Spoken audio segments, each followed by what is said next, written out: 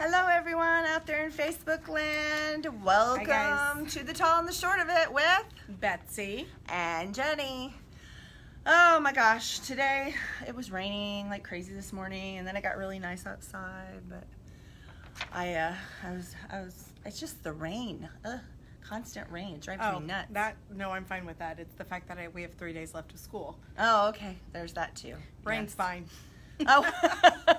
Well, it's not, but I mean, right now, it's fine. I can't get my yard mowed as part of the problem, so. I'm not worrying about that right now. Yeah. My dad's been mowing my yard for me, so. I need a dad that lives close. Anyway. I came home Monday or Tuesday? Tuesday. Oh, Came home Tuesday. It was so mowed. nice. So nice. Okay, well, for the second week in a row, we are going to weigh in on a somewhat controversial issue. No, I'm just laughing. I think you said everything fine, but there was a lot of W's and then R in it, like week in a row. Yeah. Weigh in. Sorry. I'm true. Just laughing. I'm just an alliteration fool. Apparently. I was just ready for woe instead of row. Oh, in a woe? In a woe. Yes. Sorry, that guys. would Like be I okay. said, 3 days left. 3 days. I'm not gonna make it. So our controversial issue we are weighing in on today is state testing. So can we hear a collective scream out there? Yes. Well, and here's okay. Let me just bring my thing. I used to teach middle school, and then I moved to a K through 2 building, so I didn't have to deal with it. Guess what I had to deal with this year? Well, yeah, you had a third grader. That's what happens. So we thought we would start just with what the intended purpose of standardized testing actually is. And there's all kinds of standardized testing. There's the kind that psychologists do when you get tested for special education. There are standardized tests out there for a variety of different things. However, our state testing is curriculum-based. So what that means is you're comparing kids, what they know about the standards. You're comparing the kids' achievement to the standards. You know, are they meeting grade level standards or not? Now, Betsy and I chatted about this on the phone the other day for a minute as we were preparing, and what was our take on that? That teachers, they always know, right? Oh, yes. Well, yeah, what I told Jenny, sorry, I was going through our conversation. We talked about a lot. So, no, I actually said, I can almost guarantee you can go into almost any classroom and ask the teacher, okay, which of these kids, in all honesty, we don't care about the actual score. You're kind of just looking at where do they fall, pass, innocence, pass, or fail. And I think I said a teacher could tell you every one of their students who was going to pass and going to fail. However, I said maybe 4. There was maybe 4 kids in the room, and it wasn't that they couldn't say, like, they maybe say, I know they'll pass reading, but I'm not sure about math, or something like that. It's not like they're sitting there.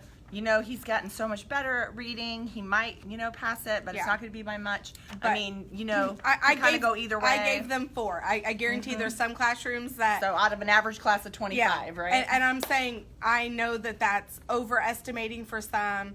It's not going to be, but I said on average 4. Like I said, when I was teaching middle school, I could have told you, and we tested in the fall. Back when I was teaching middle school, we didn't test in the spring. And our testing was always in October. And I could tell you by September 15th, every year, this is my kids that are going to pass, and these are my kids who are going to struggle. Because I knew my kids. And so, but the original purpose, like I said, was to compare kids against grade level standards.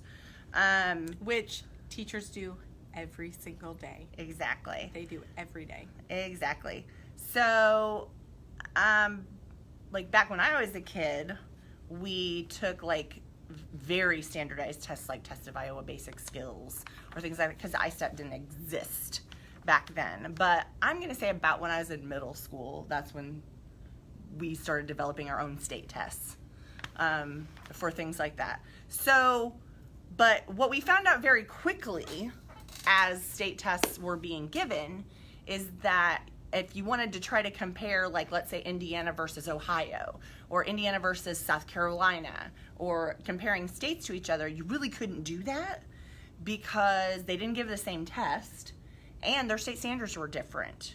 So one might have more rigor than the other. And that was always a big thing, was that Indiana's standards were always more rigorous than a lot of other states. So it was hard to compare Indiana scores with other states' scores. So you weren't really measuring apples to apples, basically, if you tried to make those kinds of comparisons. So we're going to do a really, Betsy said boring earlier when we were talking about it. You notice I'm just sitting here because I'm just like, this is this is the stuff she finds very interesting. I do. And this is the stuff that I'm over here going, tell me when I need to pay attention and care about something. Well, I just find it interesting. Well, it explains a lot when you know the history of standardized testing in Indiana about why we are at where we're at today with standardized testing. Meaning we're no better off now than we were. Exactly. And also meaning that it's just a hot mess. So, I'm going to do this fast. So, if you're super nerdy about it like me, you might want to listen to this a couple of times. But if not, just like kind of do some dishes or something for a second and then come back. All right. So, Indiana decided, and this was all on their own, that they were going to have a graduation qualifying exam. They figured that we needed a high stakes. I'm laughing because when she told me the year it happened, I was like, nah, I didn't take that. She did take it. Apparently. She did take it. For the sophomores in 1997. So Betsy, guess who was a sophomore? I was a sophomore in 1997, and because she passed, it didn't really traumatize her. But for a lot of kids that didn't, that was the first year that kids were given a remediation class in the spring of '98. Because that was my first job. My very first job ever was a GQE remediation teacher. So I had all these sophomores that didn't pass the math or the English on that graduation qualifying exam, and when I taught my very first semester I ever taught. So, and at that time we were still only testing kids in grades 3, 6, 8, and 10. So we weren't testing every single year like we do now, grades 3 through 10. We were only doing it periodically. So, and teachers really weren't complaining about it yet because it wasn't high stakes for teachers. Back then, we gave the tests, we got the scores, we looked at them. We sometimes even had discussions about them and what we could do to, help our kids improve. But we never, freaked out about them in any way, shape, or form. In fact, most special ed teachers pretty much ignored them because they didn't mean anything for us. Our kids were so far below grade level, we knew they weren't going to pass. So we didn't really take much stock in it. We used our own assessments to determine growth. So, like I said, but nobody really freaked out about them then because they weren't trying to use them to evaluate teachers. They weren't trying to say that they meant things they didn't mean a lot. So then it would, like I said, nobody was making a big stink about it. George Bush, when he was in office, W, let's clarify W. Sorry, not his dad. I had to make sure I put it in there. Yes, so. Not his dad. He was his wife, Laura, was very passionate about education, and she talked a lot about that. And so they worked with a bipartisan effort to pass the No Child Left Behind Act, which, as we all know now, just meant no child left untested. So they started to require annual testing, and that was when the first ISTEP test was then created here in Indiana. And we still gave them in the fall, I believe, and then I don't forget what year it was we moved to spring, but at some point in there we moved to spring testing.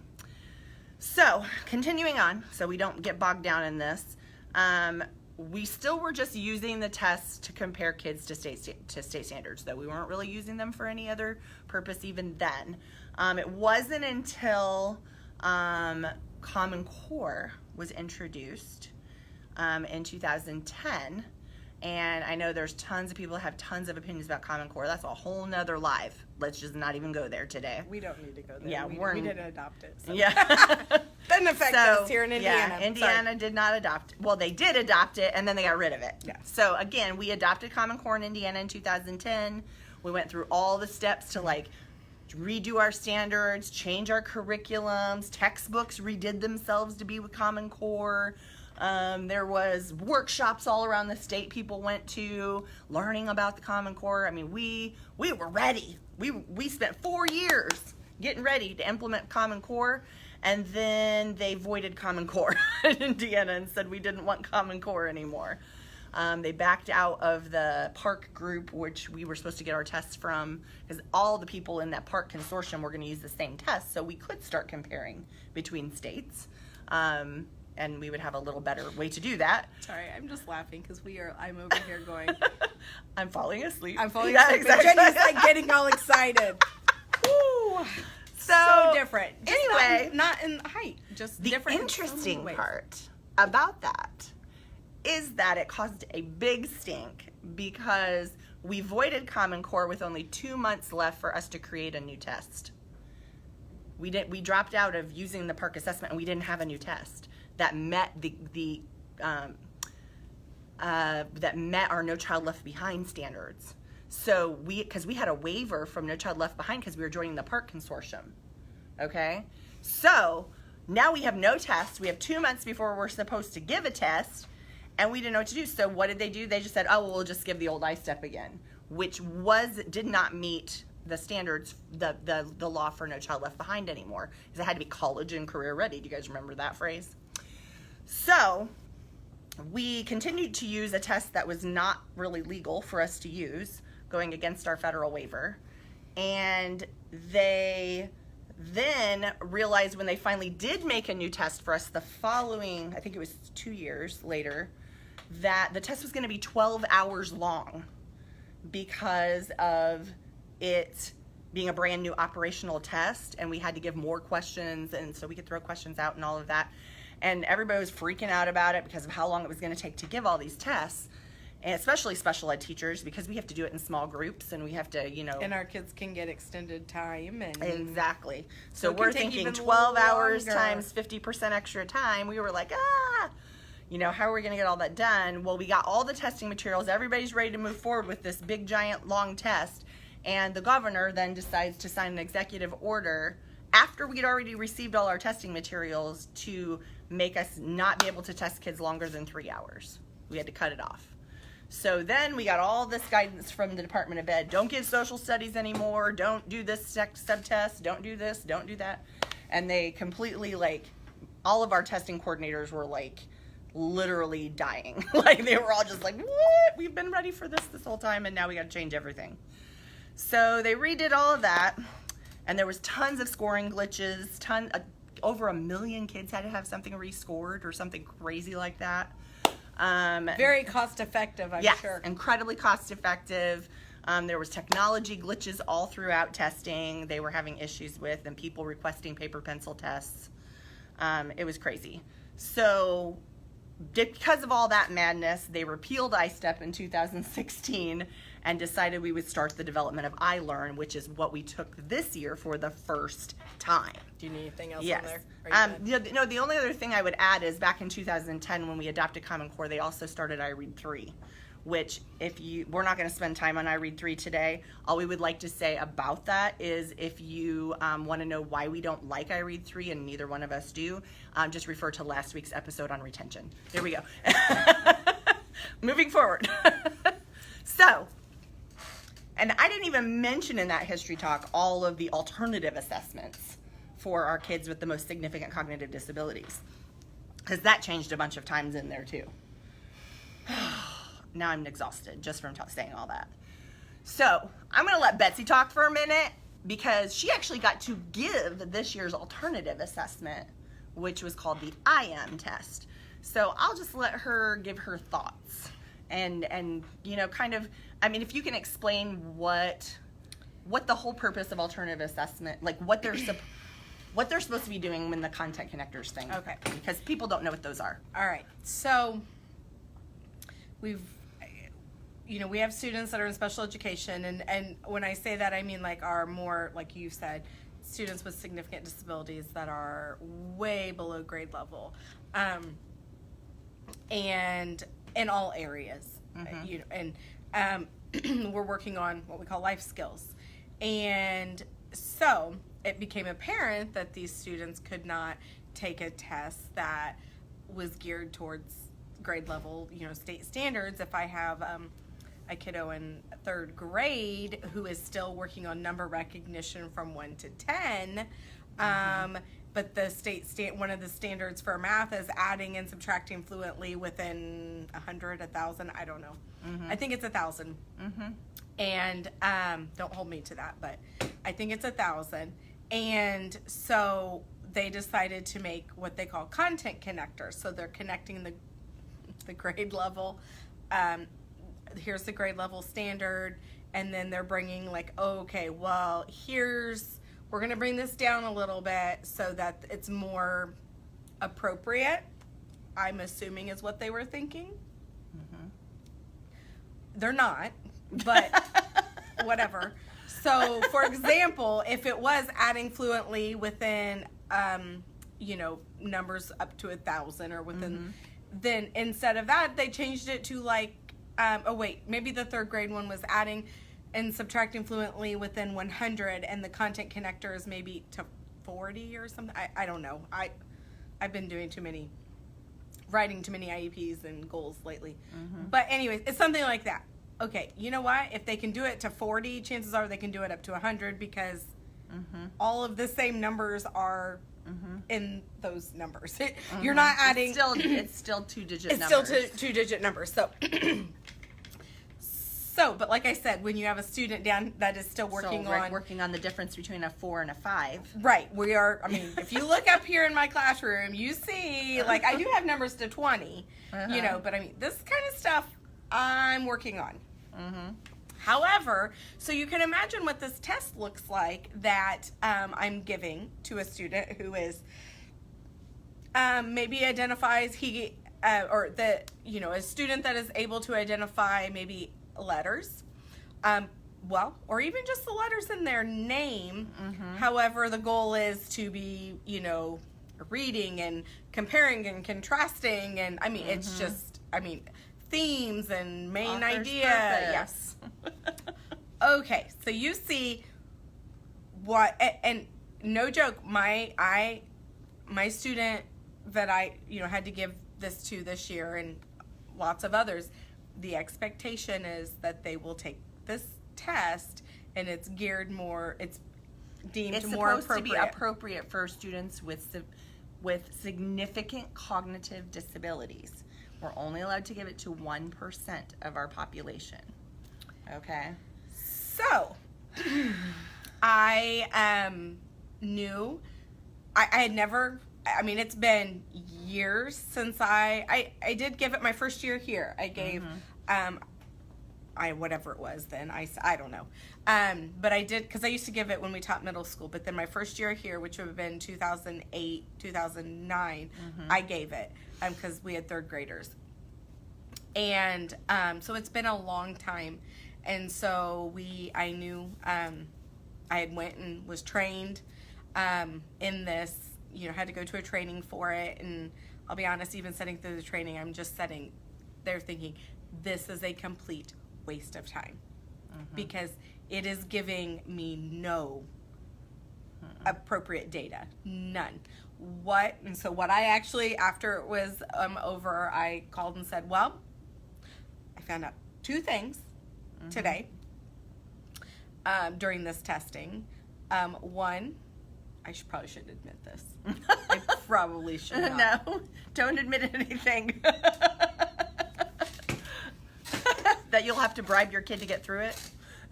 That's one. Yes, we'll just say that. My child.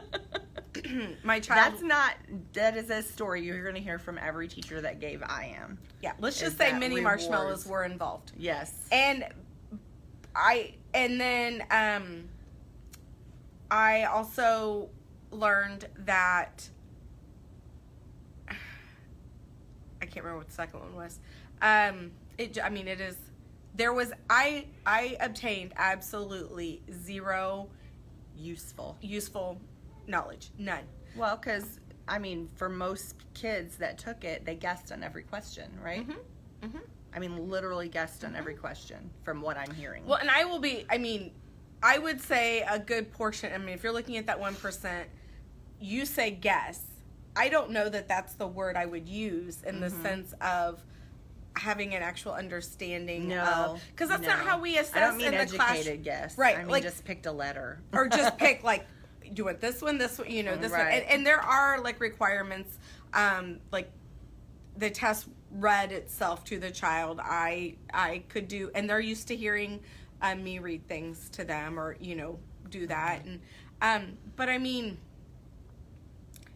that's honestly, like, I get more information with my kids when we have playtime in my room, when they are playing and counting out. Like, the other day I had a kid count to 12 and I was like, oh my gosh, I didn't know they could count to 12 because they were counting cars and they had never counted to 12 for me on any in a formal assessment, exactly. Or even if based assessment is incredibly valid with kids with cognitive disabilities. So, and I even was like, oh my gosh, and when I just wrote their IEP, that was a part of it. Well, and it's sad because alternative assessment used to be a teacher survey where they gave you all the things that they were hoping the kids could do, and you got to pick where that kid, lies from. They're not able to do it all the way up to the grade level standard. Honestly, my goal as a teacher, which right now, like in where I am right now or with my situation, this year that wasn't something I had to focus on, but my goal has always been to lessen the stress that kids feel when taking something like this, because that is what leaves the most impact. We have kids with extreme anxiety. They cry. They don't want to do it. It's just you're gonna, and that's my goal going into this, was to, okay, let's make this as painless in a sense for both of us as possible. And I, like I said, I knew I wasn't getting useful information from it, and it just was something like, it's my job, it's what I'm legally have to do. Yeah, we're required. So, well, and let me just put this in here. If you have a child that has is possibly in the sense like, so cognitively lower, is not verbal, but also has really no mode of communication yet. That is, and once they get to third grade, say they have reached third grade, at that point, and they still are at that, that's where they are in their, progress or whatever at the time. You still have to give them the test. Now, you have to do like 2 practice problems. Sorry, I couldn't think of the word. You have to do 2 practice problems, and then you have to do, I think, 2 problems within like each, like math, reading. And then there's a place to mark. There's a place to mark. You have to write note, like you mark no mode of communication. Yeah. But you actually have to do that. Like, I'll keep my thoughts on that to myself. Yeah, it's kind of crazy. Hence the. Let me just say, when Jenny and I talked about this yesterday, I think my we're being very filtered right now. Yes, yes. Right, exactly. So on to iLearn. I actually gave the iLearn this spring to 4th and 6th graders so that I could see the test because it's new. And I was struck by a couple of things. Number one, the rigor of this test was like tough. It was tough. I can imagine, because mine was... I was blown away by the tasks that they were being asked to do. And I taught 7th grade for years, and I am not sure that one of the tasks that the 4th graders were given, my 7th graders could have done without assistance. Now, they could have done it if I had scaffolded it for them, but they were not easy. I was kind of taken aback by the level of critical thinking and application that is required, and synthesis, having to put multiple things together to create something new that was required in the tests. So that struck me. And then the other thing that struck me is the kids, we as special ed teachers used to always be able to read the tests to them, the certain parts we could read. Well, that's not an option anymore because it's all on technology. They put in headphones and we turn on the read aloud option, which it reads to them now. Well, it's a robotic voice that reads, and the robot voice isn't very good at pronouncing all the words. Oh, really? Because see, on I Am, it was actually Was it pretty good? It was okay. It wasn't bad. But and I could even change it if the child was taking it on a computer. Oh, really? I could change it. Yeah. And I can change the tone, I could change the speed, I could change all of the robot that. voice didn't always pronounce everything correctly. Let's just say that. That's it was interesting. reading. I wonder why that's so different. I'm not positive on that. Hey, Jake. So that struck me. And I just felt so disconnected. Like, I felt like, what was the whole purpose of me even pulling, what? Yeah. No, you're absolutely right. If they can't tolerate the voice, that's going to be an issue. Mm-hmm. Absolutely. That might be a situation if the child has an IEP, then you could do paper pencil. You might have to request a paper pencil test, but then they're punished if you do that, because the paper pencil test is longer than the technology test. Because instead of it being adaptive, because iLearn is now adaptive like NWEA, whereas if they answer a question correctly, it takes them up a step. If they answer a question wrong, it takes them down a step. So it really focuses on where they are. But if you get the paper pencil test, you get all the questions. So I do wonder, I mean, not that we have the answer, but I do wonder, because like I said, on the iPad, I could change the speed, the rate of how the person's speaking. I couldn't change I any could of that. I could change the volume. But if I did it on, sorry, I was reading. But then if I was on a computer, you can even change like the actual voice. I could I could choose a man's Tiffany, voice. I'm going to cross my fingers to remember to talk about opt-out when we're all done with this part of our discussion. But I could even choose a different actual voice, like a different, a male over female or any of that. But on the iPad, I couldn't choose that option for. Yeah, I couldn't choose for any of the kids I was testing any of that stuff. It was all put in ahead of time before That was I got something there. like that you had, as part of my, like when we signed in and stuff, you had to listen. And then you had to like. Oh, really? See, I didn't have control of it. You had to say yes. This was, but obviously, if a child is taking I Am, they're not. Someone right. is it's right. One. Yeah. Mm-hmm. Right. When it comes to testing, I don't believe it's accommodated. Oh, well, that's no good. Well, but my whole point was, if I'm not doing anything as the special ed teacher, and he's sitting there with their iPad with headphones in, and it's giving all the accommodations, what was the point of even pulling the kids out in the first place? Because it wasn't timed. Everybody could take as long as they wanted. So there really was no reason for them not to be in the classroom. Like, having the small group really, I felt, was more distracting to them than if they had been in their classroom with proctors that were keeping everyone quiet. I mean, I felt like, because in my small group, kids kept attempting to ask me questions because they didn't know what to do. So I kept having to tell them, I'm not allowed to help you. I'm not allowed to help you, like over and over again. And it was so, like, it was just crushing, just so frustrating.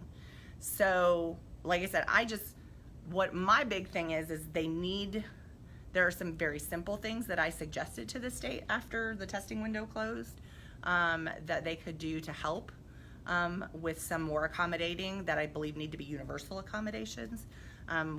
One of them, I'll just give you an example, was they're no longer testing spelling on iLearn. So what's the reason to not have word prediction available to them when they write? Or because they have spell check in there, they can use spell check now. So having word prediction would be very simple, just like we have on our phones for texting. And it would help our kids be able to write more. So if you're not testing spelling, that would be such an easy one they could add. That is something that technology already has. We already have that technology. Well, and I mean, honestly, that's technology that's on our phones. Like, absolutely. When we're texting, it's something that's already built into an iPad keyboard if you turn it on. So like I could see how that would be super helpful to them. I also don't see why they couldn't turn on optical character recognition to where once the kid types in a box, they can click something and it reads it back to them, their own writing, because it wouldn't change anything. Like, I don't think that would be against the test in any way. But I don't know. These were just things I recommended. I don't like the test in general, but if they're going to have to do it, there are some things they could do to make it a little less anxiety producing for our kids. So, hi Terry. So I want to go back to opt-out really quick because I think it's important for people in Indiana, especially, and every state I'm sure has different opt-out rules. But Indiana is a state that leaves opt-out a local decision for school districts. So the federal government requires states to test 95% of kids or more. The state government requires school districts to test 95% of kids or more. If you don't test 95% of your kids, you get docked in your school grades. And then the federal government docks states in their state grades for accountability purposes. So because the state requires us to test, school districts can decide their own opt-out policies because they're required to test 95%, but if they want to have an opt-out policy, they can. So, but Indiana's State Department of Education will, if you call them and are like, I want to opt out, my school says no, they will refer you right back to your school. It is a local decision. The state will not get involved in that. Because it happened. So depending on your district's policy, you may have a superintendent who says, we just let kids opt out if they want to. You may have a superintendent that says, we'll only let kids with IEPs, or, it depends on what their policy is. So you would have to find your own public schools policy to see what the consequences would be if you opt out. And there may be none and there may be some. I don't know what they would be. But the state is leaving that completely a local decision. And I've seen some pretty creative civil disobedience in this area, which I fully support. And that's all I'll say. So, if you have other thoughts or questions, that's why you keep moving yours home. Oh, not moving. That's why I just keep mine home. There you go. You just have to be really careful about compulsory attendance laws too. So you just got to be careful on that. Hopefully your kids don't miss a lot otherwise for being sick or whatever. So like I said, we wouldn't want you getting held accountable for that, because some local districts have policies on attendance that hold parents accountable for attendance. So just caution. Okay. So if you have any other questions about standardized testing, we're happy to throw out or weigh in on those. But otherwise, I hope I didn't bore you too bad with my history lesson. But like I said, it is what it is. We do what we have to do. We keep fighting to try to improve things. But until federal law changes, that's not going to happen, because state testing is required by federal law. So if you don't want Indiana to have to do this anymore, you know who you need to talk to, and it's your congressman at the federal level in, do you know the reason behind the 1% per district for IM? That's a federal thing as well. That is a federal percentage. statistically, only about 1% of students nationwide have significant cognitive disabilities. They don't want people giving the alternative assessment to just any special ed kid. It needs to be only ones who have significant cognitive disabilities. And there is it's not like there are things within the IEP as you're working, as a special ed teacher, as you're writing it, that you can see, or because it'll tell you really okay, this child isn't eligible, or they are eligible, depending on their label. And and even with the label, say they're labeled with a cognitive disability, but honestly, if it's a mild cognitive disability, then they aren't eligible. They're not going to be eligible. And like I said, there's kind of and it's pretty much, what you need to really think about as a case conference committee member, is that if your child is going to get a diploma, you want them to take iLearn. You don't want them to take IM. So if you're still on diploma track, then you're going to take iLearn. You have to pretty much make a decision that child is not diploma track before you can go with the IM. Yeah. And that's something else too, what we've kind of looked... That's a case conference decision, Jennifer.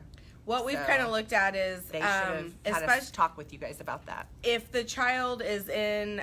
we've kind of felt if a child is attending... that's an interesting decision they made then. If they're going to be taking iLearn, they need to be participating in the general education...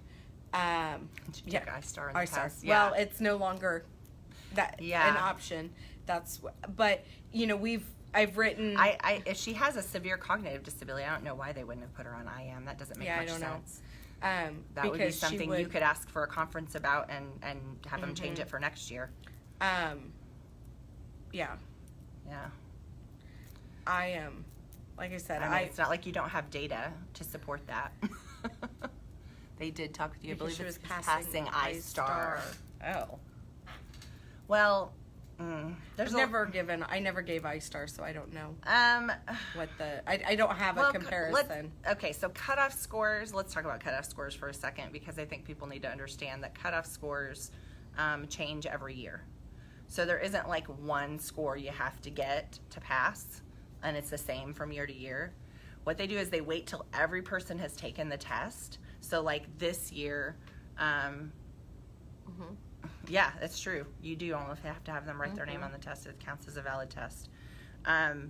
They would have to put on there that they would have to invalidate the assessment, though, if they didn't write anything on the test. I'm just, only because I know that because I've given it. But with scoring, they wait till every kid's done. So for iLearn this spring, when every kid's done taking it. Yeah, that's good. Sorry. She doesn't stress that about it. Good. That's fine. Perfect. So when every student's done taking iLearn, then they score all of them, as in which ones are right and which ones are wrong, and they put a number correct down for every test. And then what they do is they look at that data, and they say, well, most of the kids got this score, so that's going to be the cutoff. We'll put the cutoff right here. And then, so they make it on a bell curve. So if you know what a bell curve is, it means that 60% of the kids need to be in that average range between, if we were talking standardized testing, between 80 and 120, but that's not how that's great. They're usually on a scaled score of 400 and something, or, whatever. So, but they put 60% of the kids in that middle group that they say are passing. And then this group down here are going to be the failers, and this group up here will be the pass plussers, right? Yep. But it moves from year to year depending on how many people do well. So let's say the whole state did really great. I'm looking at our live. So let's say the whole state did really great, that would ever happen. But if the whole state did really great, yeah, I was just seeing how long we. No, I've been seeing. I was wanted to see what our Betsy Duckworth is watching. Hey, oh, that's so sweet of her. She's so nice. If the whole state did really well, they would still move the cut score up so that some kids failed. Ugh. That's how standardized testing works, because it's normative. Okay? I know you have to know a lot about psychometrics and crap like that to really understand all this stuff. I don't even know what that word means. Okay. Okay.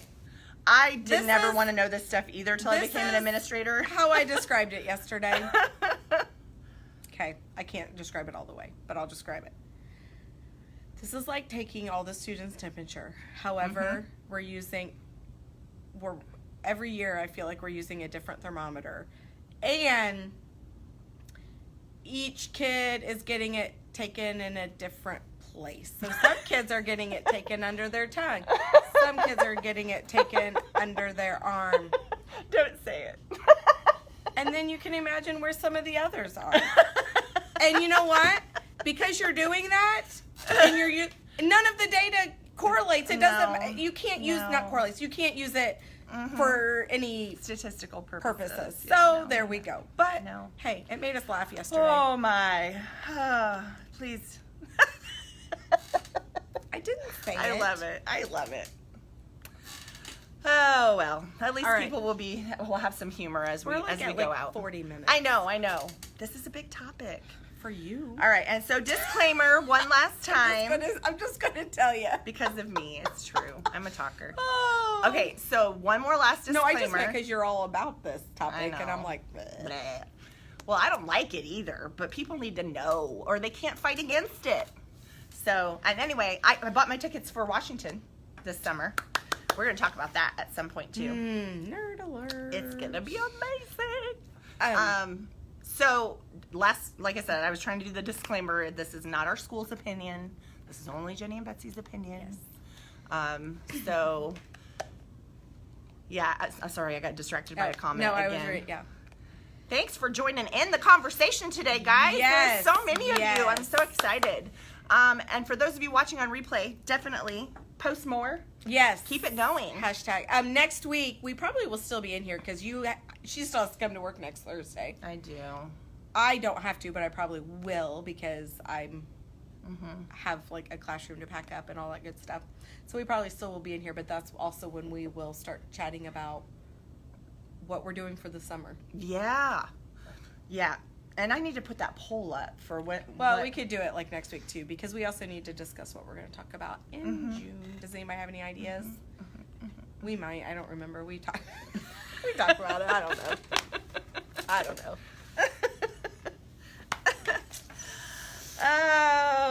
Well, we So. do know that in July, though, in the middle of July, we're going to have the Jenny Went to Washington talk. We are going to have that.